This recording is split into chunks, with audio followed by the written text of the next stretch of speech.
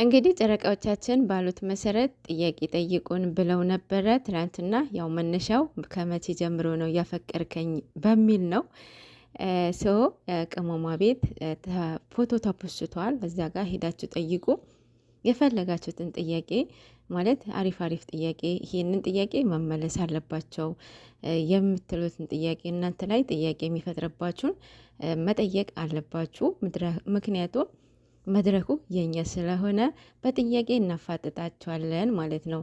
ግን ፕራይቬታቸው የሚነካ ሳይሆን ሚዲያ ማውጣት ያለበት የሌለበት ምናምን ነገር እንዳትጠይቁ። በእርግጥ እነሱም አያወጡትም አያመጡትም ማለት ነው። እና በቃ አሪፍ አሪፍ ጥያቄ መጠየቅ አለባችሁ። አዮብሶ ጠብቃለሁኝ። ደግሞ ጽሁፍ አታስረዝሙ። 2 መስመር 3 መስመር በቂ ነው።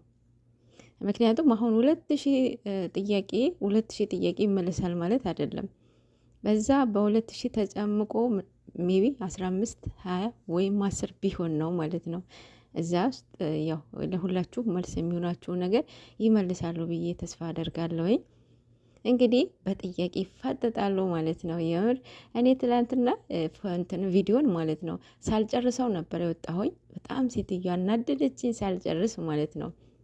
ከዛ ወጣሁኝ መጥቼ ነው የጨረስኩት። በዛ ጎን እያስለቀሱኝ፣ በዛ ጎን ደግሞ የኔ መሽኮርመ መሆን ምን ይሉታል? ረ ወይኔ በስመ አብ ማርያምን።